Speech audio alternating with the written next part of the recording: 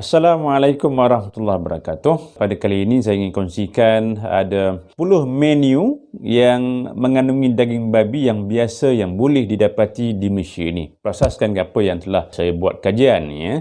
Sesungguhnya yang halal itu jelas dan yang haram itu juga jelas.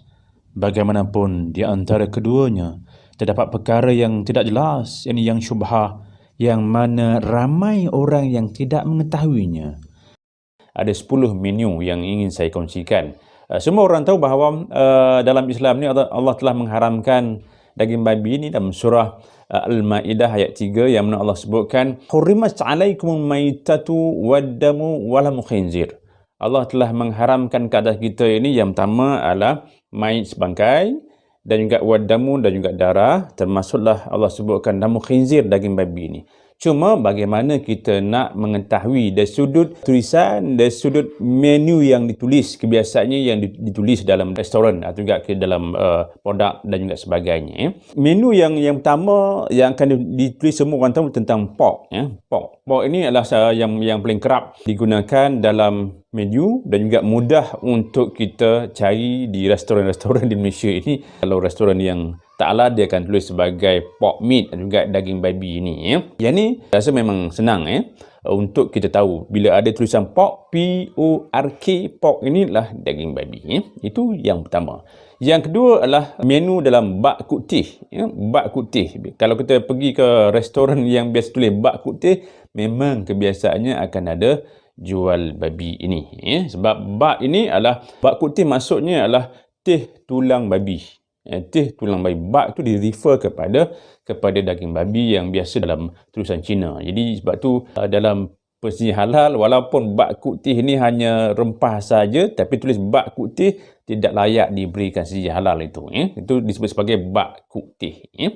Yang keduanya adalah menu yang akan ada tulis bacon. Bacon ialah satu yang dianggap sebagai hirisan daging babi yang disalai. Yang menjadi kegemaran ialah kalau kita lihat di sebelah barat, banyak yang kata daging babi yang disalai ini disebut sebagai bacon.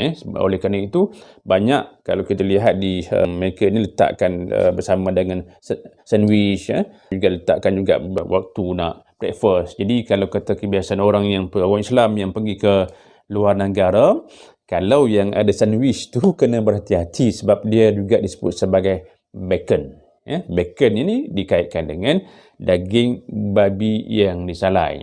Termasuk jugalah kalau kita pergi ke restoran-restoran makanan segera di luar negara, biasa dia akan sebut sebagai bacon untuk diletakkan juga dalam sandwich. Yang keempat adalah swine. Swine ini adalah istilah lain yang dipanggil kepada istilah babi ni. Juga kalau dalam bahasa Arab disebut sebagai khinzir, tapi dalam hal ini saya kena sebut juga istilah babi sebab babi adalah dalam bahasa Melayu. Dalam bahasa Melayu. Kalau kata khinzir barulah dalam bahasa Arab. Kalau sebut khinzir ni dia tak rasa babi sangat. Sebab tu saya kena kekalkan dengan istilah nama babi ini. Dan juga dalam bahasa Inggeris cukup banyak. Ada yang disebut sebagai 33 istilah babi dalam bahasa Inggeris ini. Cuma untuk kali ini saya nak kaitkan untuk yang dikaitkan dengan menu saja, menu makanan yang biasa yang ada di Malaysia ini. Baik. Kalau dikaitkan dengan swan tadi, termasuklah juga hog dan juga pig. Itu adalah yang sebelum dijadikan menu. Kemudian kita lihat char siu. Char siu. Kalau sebutan saya tak betul, mungkin kena rujuk orang yang memang fasih berbahasa Cina ni. Tapi dalam apa yang saya baca disebut sebagai char siu. Char siu juga char siu. Siu ini adalah asal perkataan daripada Cina yang merujuk kepada daging babi panggang yang dibuat secara barbecue. Daging babi panggang yang dibuat secara barbecue. Biasanya char siu ini akan agak berwarna macam merah, kemerah-merahan sikitlah, atau juga merah muda. Jadi kalau kita nak tengok yang jenis barbecue yang merah muda ni, kena tanya betul-betul sama ada ianya datang daripada daging biasa atau juga daging babi. Kemudian yang keenamnya adalah cunyuk. Disebut sebagai cunyuk. Kemudian ini juga hidangan-hidangan yang makanan orang Cina yang dipanggil sebagai cunyuk ini. Jadi kalau kata yang duk sukakan makanan-makanan Cina ni, Chinese food ini, berhati-hati dengan istilah nama ni.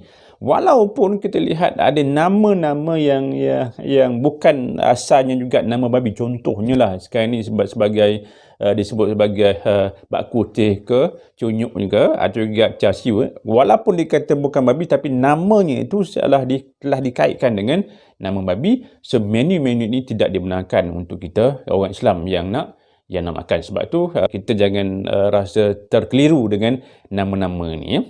Baik, yang ke-7 ialah disebut sebagai yakibuta. Ya, yakibuta inilah adalah istilah potongan daging babi dalam istilah bahasa Jepun yang biasanya juga digunakan bersama dengan ramen. Ya, itu disebut sebagai yakibuta. Ya, oleh kerana itu, kita yang biasa pergi berkunjung ke restoran Jepun kena berhati-hatilah. Ya, baik. Jangan kita main bedar sajalah. Yang ke-8 adalah disebut sebagai diwiji. Diwiji ke diwiji lah. Tapi istilah yang peminat-peminat kepada makanan Korea ni. Kepada orang yang minat dengan menu Korea, kena pastikan anda tahu makna yang disebut sebagai diwiji ni. Kan? Diwiji ni, ya. Jadi biasanya menu ini adalah seperti menu kalau kata bulgogi ke, atau juga galbi. Ni adalah makanan Korea. Sebab sekarang banyak makanan Korea yang telah masuk ke Malaysia. Ada yang halal, ada yang tak halal. So kita kena cari makanan-makanan yang tiada tulis menu-menu ini, ya. Baik. Yang seterusnya disebut sebagai tonkatsu. Tonkatsu ni berasal juga perkataan Jepun yang bermaksud tulang babi. Ya? Tonkatsu adalah maksud tulang babi. Biasanya juga dijadikan kuah ramen. Ya? Kuah ramen. Jadi kepada orang yang minat masuk makanan di restoran Jepun yang minat ramen ini, kena lihat juga jangan ada yang ditulis sebagai tonkatsu ni, ya. Yang ke-10 adalah ham. Ham lah kita pergi hamburger, kan, dan juga kalau kata orang yang menggunakan istilah ham ini, jangan gunakan istilah ham lah. Ham juga dirujuk kepada peha babi, kan, peha babi yang dihiris, ya.